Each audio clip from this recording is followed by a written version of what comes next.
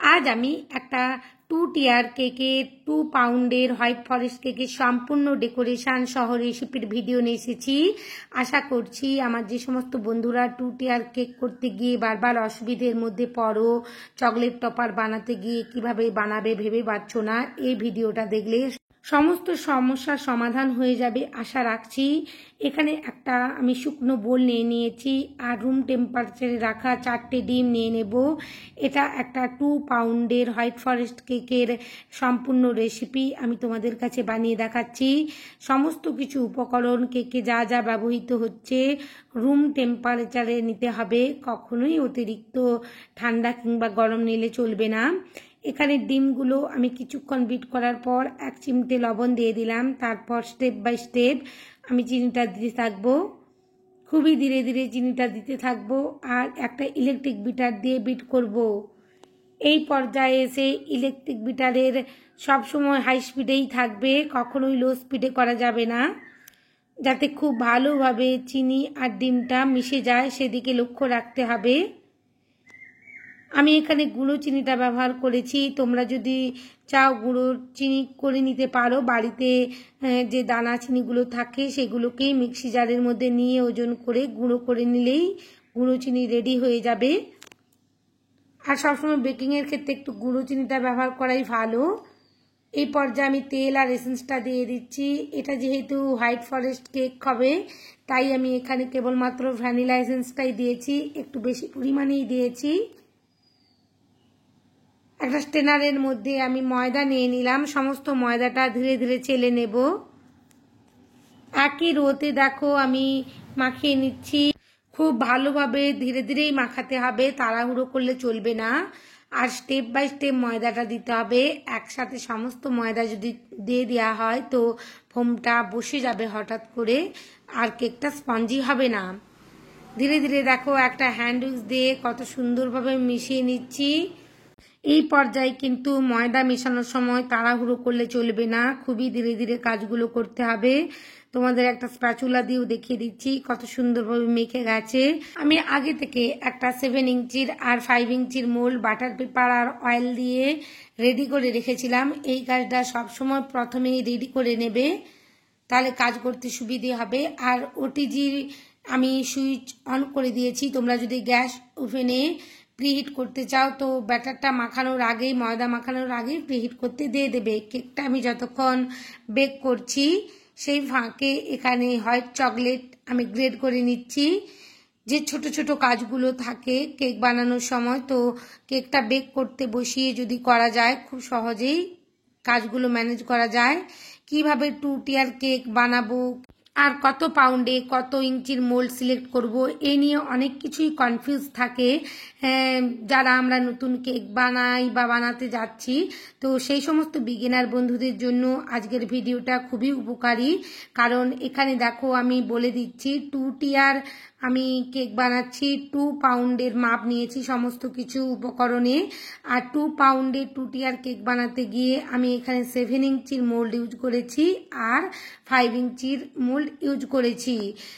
তোমরা আবার বেশি বড় মোল্ড ইউজ করতে চেও না, তাহলে টিয়ারটা ভালো লাগবে না দেখতে। সমস্ত কিছুর মাপ আছে, তাই সবসময় কত পাউন্ডের কেক বানাচ্ছি আর কত ইঞ্চির আমি কেক টিন ইউজ করব সেটা আগে থেকে হিসেব করে ভেবে নিতে হবে। আমি এখানে 7 ইঞ্চি আর 5 ইঞ্চির মোল্ডটা নিয়েছি। আমার পারফেক্টভাবে একটা 2 টিয়ার কেক রেডি হয়ে গেছে। দেখো ধীরে ধীরে আমি স্পঞ্জটা লেয়ার কাট করে নিয়েছি আর সুগার সিরাপ দিয়ে ভালো করে সোপ করে নেব। আবার অতিরিক্ত সোপ করতে যেও না, যতটা পরিমাণ সোপ করার করে নেবে। আর এখানে আমি ক্রিম দিয়ে দিলাম, একটু বেশি পরিমাণে ক্রিম দিয়েছি, ভালোভাবে প্যালেট নাইফ দিয়ে চারিদিকে ছড়িয়ে দিলাম ক্রিমটা। এরপর যেহেতু এটা হোয়াইট ফরেস্ট কেক তাই হোয়াইট গানাশ রেডি করেছিলাম। আমুলের ফ্রেশ ক্রিম দিয়েও বানাতে পারো বা হুইপ ক্রিম দিয়েও বানাতে পারো। তোমরা হুইপ ক্রিম দিয়ে বানালেও 1:1 রেশিওতেই করো, খুব ভালো পারফেক্ট একটা গানাশ রেডি করা যাবে। ধীরে ধীরে আমি সেকেন্ড লেয়ারটা বসিয়ে দিয়েছি আর ক্রিমটাও দিয়ে দিলাম। একই রকমভাবে চকলেট গানাশ চকো চিপস দিয়ে ভরে নেব লেয়ারে। চকো চিপসগুলো যখন মুখের মধ্যে পড়বে যখন কেকটা খাওয়ার সময় অসাধারণ টেস্ট হয়। বাড়িতে এভাবে একটা হোয়াইট ফরেস্ট কেক অবশ্যই বানিও বন্ধুরা, সবাই খুব খুশি হয়ে যাবে।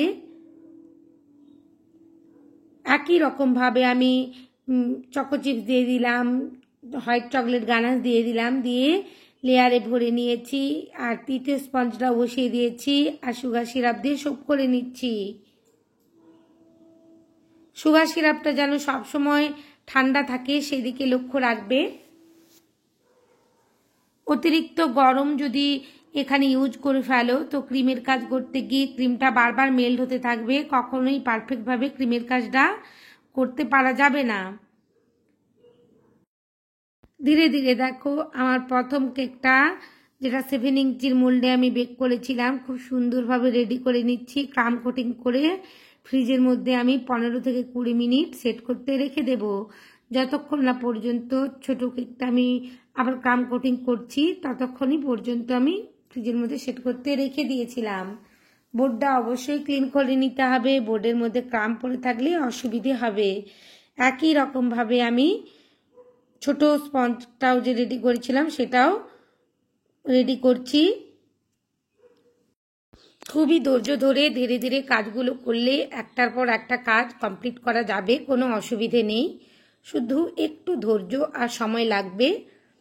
দেখো একই রকমভাবেই আমি স্পঞ্জের লেয়ারগুলো রেডি করছি। আশা করছি তোমাদের কোনো রকমের অসুবিধে হচ্ছে না। যদি কোথাও কোনো বুঝতে অসুবিধে হয় বা অসুবিধের মধ্যে পড়ো, আমাকে কমেন্ট সেকশানে কমেন্ট করতে পারো, যতটা সম্ভব আমি উত্তর দেওয়ার চেষ্টা করব বা বলার চেষ্টা করব।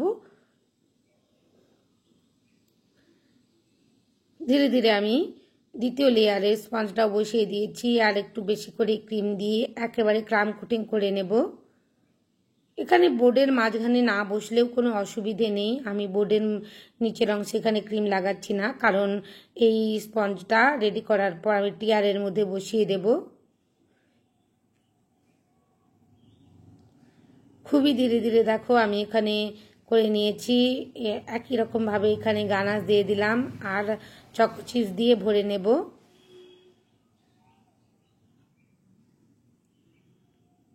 চকো চিপস দিতে ভুলে গিয়েছিলাম, দেখো আমি আবার তুলে নিয়েছি। এইভাবেই করতে গিয়ে বারবার অন্য কাজও থাকে, করতে গিয়ে ভুলে যাওয়া হয়, তো আমি আবার ভুলটা সংশোধন করে নিলাম। তোমরা সবসময় কেক বানানোর সময় মাথা মন সব এক জায়গায় রাখতে হয়, রাখবে। যে কোনো কাজ বন্ধুরা একটু ধৈর্য না হলে করা যায় না, আর একটু সময় না দিলে। ধীরে ধীরে দেখো এই ছোট কেকটাও আমি কত সুন্দরভাবে ক্রাম কোটিং করে নিচ্ছি। ক্রাম কোটিং যত ভালো করবে তত কেকের ফিনিশিং ভালো আসবে। ফ্রিজে রাখার পর যখন ফিনিশিংটা করবে খুব সুন্দর ফিনিশিং আসবে, আর খুব দ্রুত ফিনিশিং আসবে, কম ক্রিমে ফিনিশিং আসবে। কতগুলো টিপস আমি দিচ্ছি তোমাদের, তোমরা অবশ্যই কাজে লাগিও টিপসগুলো।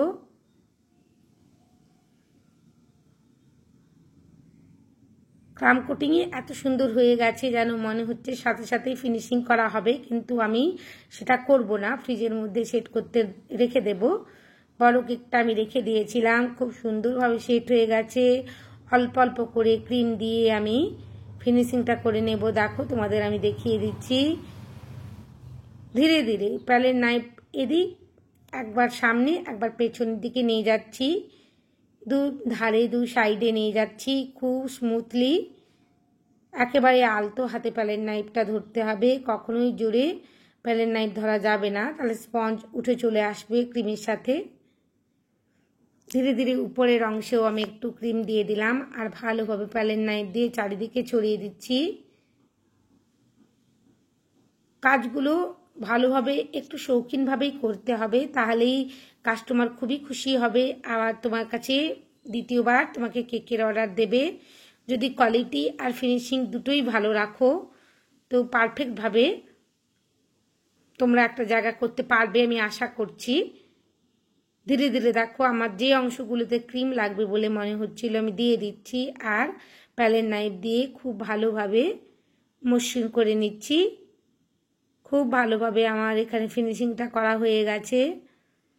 উপরের অংশের এক্সট্রা ক্রিম যেটুকু ছিল আমি তুলে নিলাম। আর বোর্ডটা অবশ্যই ভালোভাবে ক্লিন করে নেব। একই রকমভাবে ছোটো কেকটাও আমি ক্রাম কোটিং করে ফ্রিজের মধ্যে রেখেছিলাম। এরপর ফিনিশিং করে নিচ্ছি। একটু বেশি করেই ক্রিম দিয়ে দেব, তারপরেই ফিনিশিংয়ের সময় আপনা হতেই প্যালেট নাইফটা দিয়ে যখন আমি ফিনিশিংটা করতে যাব, ক্রিমগুলো এক্সট্রা ক্রিমগুলো চলে যাবে, কোনো অসুবিধে হবে না। খুবই ভালোভাবে আমার ফিনিশিংটা করা হয়ে গেছে। একটু সময় নিয়ে করবে, নিশ্চয়ই পারবে। কোনো কাজই কঠিন নয় যদি আমরা চেষ্টা করি ধৈর্য ধরে। অবশ্যই বোর্ডটা একটু ক্লিন করে নেব কিচেন রুমাল দিয়ে। ফ্রিজের মধ্যে সেট করতে রেখে দিয়েছিলাম। সেই ফাঁকে আমি যে চকলেটের টপারগুলো বানিয়েছিলাম, সেই চকলেটের যে মোল্ড আমি ইউজ করেছি দেখিয়ে দিচ্ছি। এখানে হোয়াইট কালারের সিলিকন মোল্ড আমি ইউজ করেছি। আর চকলেটের মধ্যে আমি কোনো কিছুই মেশাইনি, কেবলমাত্র হোয়াইট চকলেটটা মেল্ট করে নিয়েছি। তোমরা ডবল বয়লার পদ্ধতিতেও করতে পারো। আমি এখানে ওটিজির মধ্যে 30 সেকেন্ড করে রেখে রেখে মেল্ট করে নিয়েছি ভালোভাবে। এখানে আমি স্পুনের সাহায্যেই দিয়ে দিচ্ছি মোল্ডের মধ্যে চকলেটগুলো। তোমরা পাইপিং ব্যাগও ইউজ করতে পারো, যার যেমন সুবিধে সেই অনুযায়ী করে নিতে পারো। এই চকলেট টপারগুলো বানানোর সময় বারবার মাথায় রাখতে হবে যেন মোল্ডের চারিদিকে সমানভাবে চকলেটগুলো পৌঁছায়। এমনকি যে কোণগুলো আছে কোণগুলোতেও ভালোভাবে যেন চকলেটগুলো পৌঁছায়।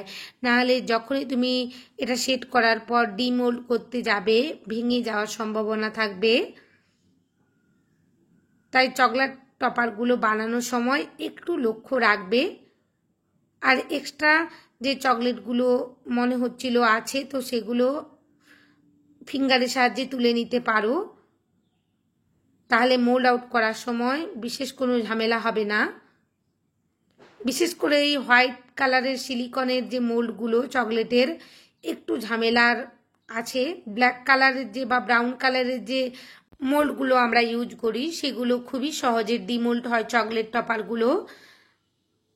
ধীরে ধীরে দেখো এখানে আমি কিন্তু চকলেটটা ভালোভাবেই কোনাগুলোতেও দিয়ে দিচ্ছি। আমার যটা লাগবে চকলেট আমি সেই অনুযায়ী টপার বানিয়ে নিয়েছি। আর এই মোল্ডটার মধ্যে যে আমি চকলেট ভরে নিচ্ছি টপার বানানোর জন্য, একটাই মনে হয় আমি ডিমোল্ড করতে পেরেছিলাম, আরগুলো আমি পারছিলাম না, কারণ চারিদিকে চকলেট আটকে গিয়েছিল। ফ্রিজের মধ্যে আমি 10 মিনিট সেট করতে রেখে দিয়েছিলাম। একটু ভালোভাবে সেট করে নেবে এই গরমের সময়। তাড়াতাড়ি বের করে ডিমোল্ড করতে যেও না, তাহলে কিন্তু ভেঙে যাওয়ার সম্ভাবনা থাকবে। খুবই ধীরে ধীরে আলতোভাবে আমি চকলেট টপারগুলো বের করে নিচ্ছি মোল্ড থেকে। দেখো সমস্ত চকলেট টপারগুলো আমি এখানে বের করে নিয়েছি। আর দেখো আরেকটা টপার যে আমি রেডি করেছিলাম মোল্ডের মধ্যে, সেটা আমি কিছুতেই বের করতে পারছিলাম না, ভেঙে যাচ্ছিল আমার। এই টপারগুলো একটু ঝামেলার বলেছিলাম, যে মাঝের অংশে যে গোলগুলো থাকে এই ফাঁকগুলোতে আটকে গেলেই ভেঙে যাবে। একটাই আমি ডিমোল্ড করতে পেরেছিলাম, আরগুলো আমি পারিনি। আর তাড়াহুড়োর মধ্যেও আমি ছিলাম, আমার ভেঙে যাচ্ছিল চকলেটটা বারবার। কোনো ব্যাপার নয়, সেগুলোর মধ্য দিয়েই আমি এটাকে ম্যানেজ করে নিয়েছি। তোমাদের আমি সম্পূর্ণটাই দেখিয়ে দিলাম কিভাবে বানিয়েছিলাম। তাই তোমরা যারা এভাবে চকলেট টপার বানাতে যাও যেন ভয় না পেয়ে বানাও। দেখো এখানে আমি কেকটা সেট করতে রেখে দিয়েছিলাম যতক্ষণ টপারগুলো বানাচ্ছিলাম। আর যে চকলেটটা আমি গ্রেড করে রেখেছিলাম গ্রেডারের মধ্যে, ফ্রিজের মধ্যে অবশ্যই রেখে দিয়েছিলাম, ভালোভাবে সেট হয়ে গেছে। আর এখানে খুব ভালোভাবে হোয়াইট ফরেস্টের যে একটা এফেক্ট থাকে হোয়াইট চকলেট দিয়ে, সেটাই করে নিয়েছি। এরপর আমি টিয়ারটা বসিয়ে নেব। স্ট্র কেটে নিয়েছি, স্ট্র একটু বড় একটা স্ট্র রয়ে গেছে, সেটাও আমি কেটে সমান করে নেব। আর একটা প্যালেট নাইফের সাহায্যে আমি ছোট যে কেকটা রেডি করেছিলাম সেটা বসিয়ে দেব। আমার এখানে একটা প্যালেট নাইফের সাহায্যেই বসানো হয়ে গেছে, কোনো অসুবিধে হয়নি। তোমাদের এখানে দুটো প্যালেট নাইফ প্রয়োজন হলে অবশ্যই ইউজ করে নিও। এরপর 46 নোজেল দিয়ে আমি খুবই ধীরে ধীরে একটা ডিজাইন করে নিচ্ছি। এটা একেবারে ছোট্ট একটা নোজেল, খুব সুন্দর ডিজাইন হয়। তোমরা এখানে ছোট স্টার নোজেলও ইউজ করতে পারো, কোনো রকমের কোনো অসুবিধে নেই। বর্ডারে আমরা যে ধরনের ছোট নোজেলগুলো ইউজ করে থাকি। কেকটা পুরোটাই হোয়াইটের উপর আমি রেখেছিলাম, কোনো রকমের কালার ইউজ করছি না এখানে। এরপরে উপরের অংশ থেকেও আমি একটা 2D নোজেল ব্যবহার করেছি রোজিট করব বলে। হোয়াইট কালারের ক্রিম দিয়েই খুব সুন্দরভাবে 2D নোজেল দিয়ে আমি এখানে রোজিট করে নিচ্ছি।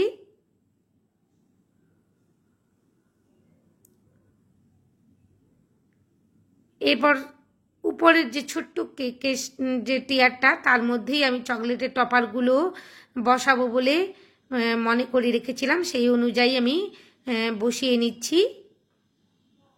যটা টপার বানিয়েছিলাম ততগুলোই আমি বসিয়ে নিয়েছি। কেকটা যাতে দেখতে ভালো লাগে তাই টপারগুলো আমি এখানে ইউজ করলাম। উপরের অংশেও যে আরেকটা টপারের মোল্ডের যে টপার বানিয়েছিলাম একটু ভেঙে যাচ্ছিল, সেই টপারটাই ইউজ করেছি। আর চারিদিক থেকে আমি চেরি দিয়ে দেব। কেকটা খুব সুন্দর দেখাচ্ছে। আর একটু ফাঁকা ছিল অংশ, সেখানেও আমি চকলেটের যে গ্রেড করে রেখেছিলাম সেগুলো দিয়ে ভরে নেব। সবাই খুব ভালো থেকো, অনেক কেক বানিও।